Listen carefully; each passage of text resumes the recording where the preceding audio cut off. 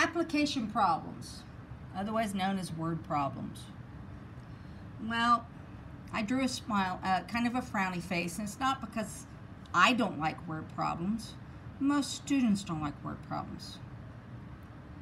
Well, guys, I hate to tell you this. I have yet to have a boss come up to me and say, "Quick, what's 2 times 3? Application problems are real life problems, simulations. Right now, we kind of do it, you got the train leaving from point A to point B and train leaving in the opposite direction from point A to point C, and people are like, who cares? Unfortunately, there are some problems out there in the world that you're going to have to be able to think through, and we're teaching you with the basic ones first. As I said, I've yet to have a boss come up to me and look at me, "Quick, what's 2 times 3? It doesn't happen. What usually happens is after about 10 to 15 minutes of explaining what they need and everything else, and you sort through it all, it can turn out to be that all they really needed was 2 times 3 being 6. But you still had to dig through what the issue was. So that is application problems in the real world. Well, first things we're going to talk about is percent problems. And a percent is when you take the portion over the whole. Now you got to watch this, because what if the portion is bigger than the whole? That's how it seems to, well, no, that's the bigger number. Not always is the whole the biggest number. It is typically, but not always. This is also known as the base, part, and rate, because we can write B, P, R.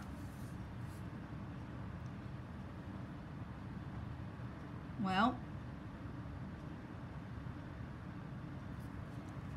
that's not how the formula truly works. It's just giving you the basic letters.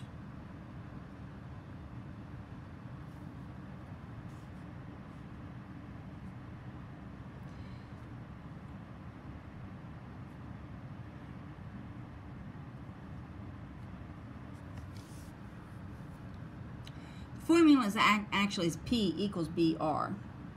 And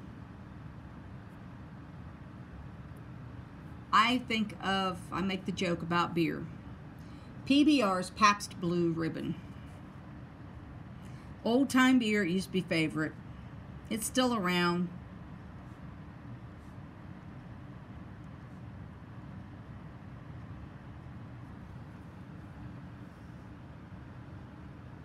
All right, PBR.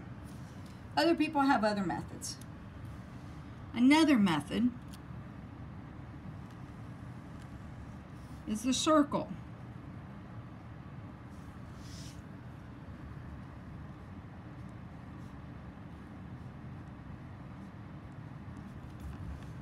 I can remember this formula. I can remember it this way, because all I'm doing is rearranging the part, the percentage, and the base. I can do this. Now, students a lot of times like this, because here's why. Whatever I'm looking for, I cover, and it gives me the formula that I need. You notice how the P is over the R? Well, if I need to figure the base, I put the part over the rate. If I need to find the part, I can go the base times the rate. If I need the rate, I cover it. See how the P is over the B? It tells me my 3 formats, all from a basic circle. So let's take an example.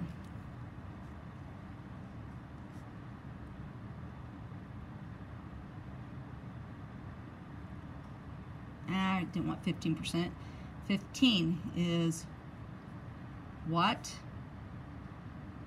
percent of 75. Well, let's talk some translations here. Is always equals.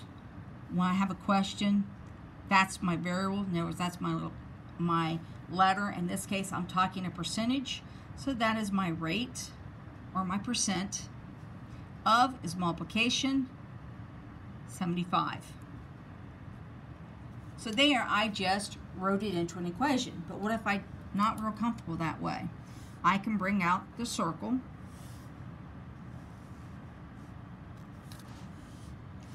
And I know the part. I don't know the rate. But I do know 75 is my base. I cover it up, and can you see the math? 15 over 75.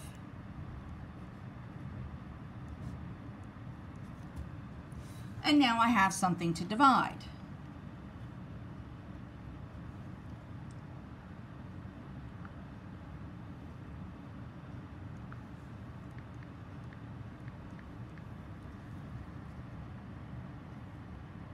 Now, a percent has two formats. It has its decimal format, or it has my percentage. And guys, think back, if you watched the earlier video, percents to decimals.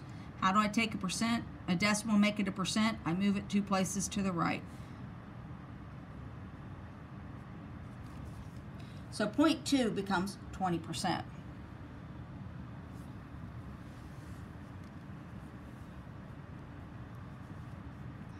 Okay? Using percents, I can take a ratio and find a percentage. Again, look back at that ratio, at that video. I can do it this way, or I can do it this way, because if I did it this way, I'm going to come up with this. If I solve for a variable, how do you undo multiplication? Is division. So I divide both sides. Oops, I wrote the wrong number.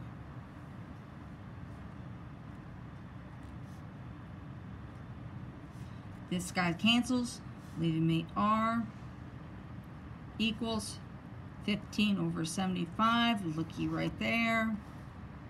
Same step. Make the division.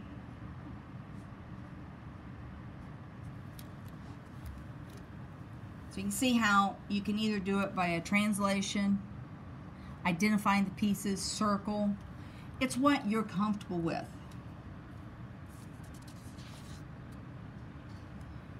Another fun application problem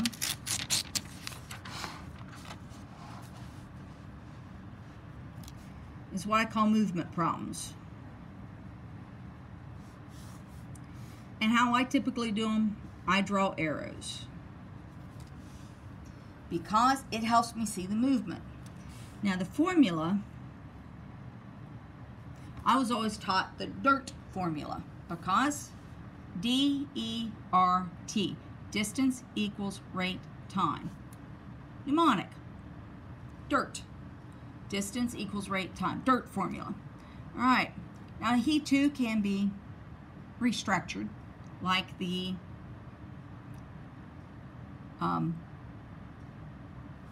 percentage.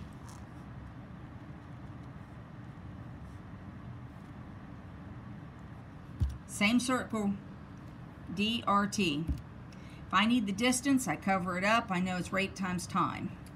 If I need the rate, I cover it up. I know it's rate equals distance over time. If I'm looking for time,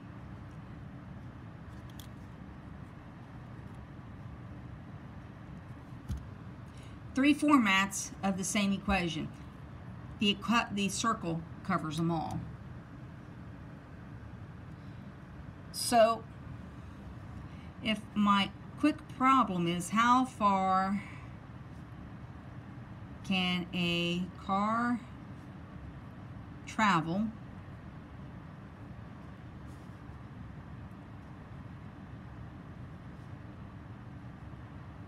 traveling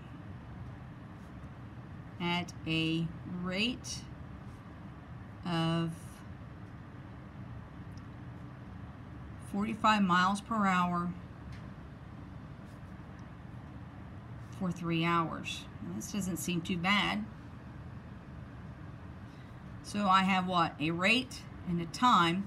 So it tells me the formula is distance equals rate and time, or 45 times 3, or 135 miles.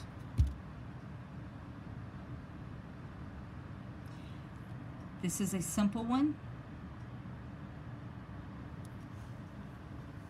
Let's talk a little bit more complex one. Car A travels west for 3 hours.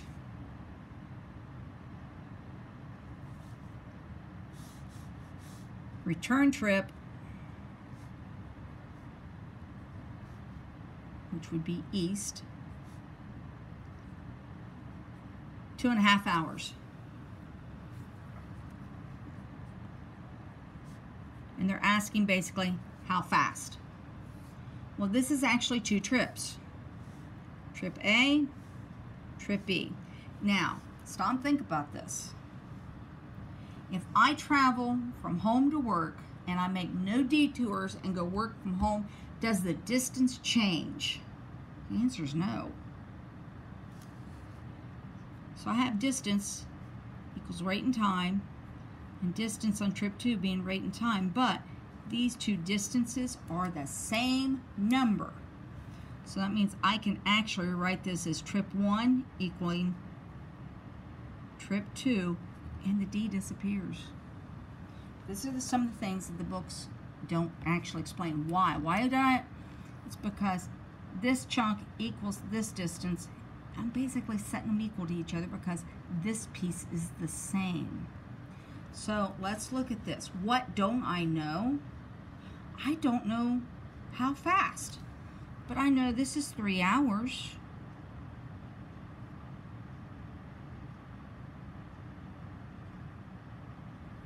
And this is 2.5.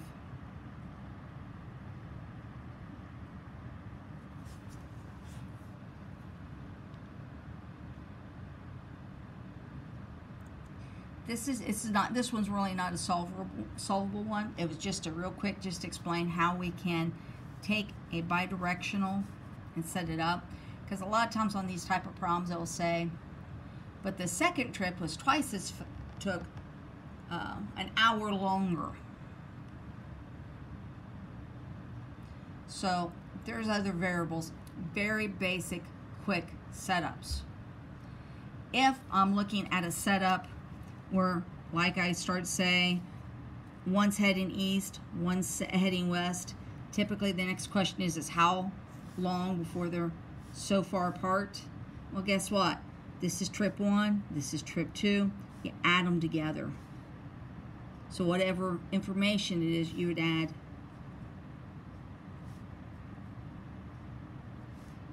the 2 together. If I'm looking for the distance, that means I know that one of these guys has to be the same.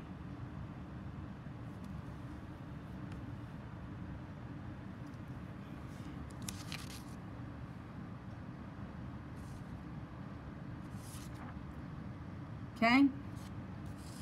The last type of word problem or application problem I like to talk about is your shapes.